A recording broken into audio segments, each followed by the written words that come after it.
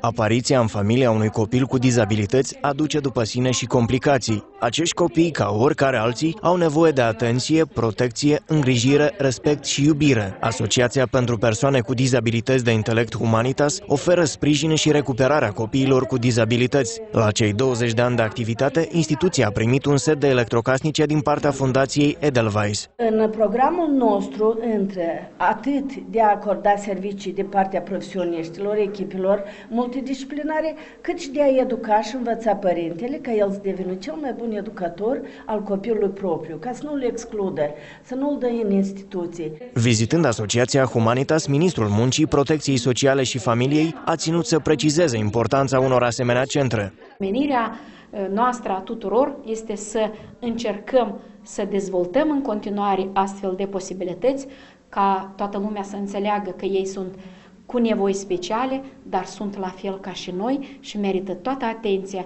și servicii adecvate nevoilor lor. Voluntarii centrului se bucură enorm că pot participa la recuperarea copiilor cu dizabilități și că îi pot face fericiți atât pe micuți cât și pe părinții acestora. La noi copiii sunt cu multiple dizabilități. Ei nu văd, nu merg, nu fac nimic și ei încep a cunoaște pe voce voluntarul și îl așteaptă.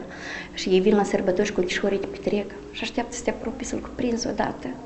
Asta cred că este cea mai mare satisfacție și este un ajutor enorm pentru familiile tinere când apare un copil cu dizabilități, știe că ele nu sunt singuri. Instituția a fost fondată în 1991 și activează pe bază de voluntariat. Centrul asigură programe de recuperare complexă, socio-medico-educațională și servicii profesionale pentru copiii cu dizabilități de intelect, pregătirea resurselor umane pentru instituțiile de alternativă din Republica Moldova și servicii de asistență la domiciliu pentru copii cu dizabilități multiple.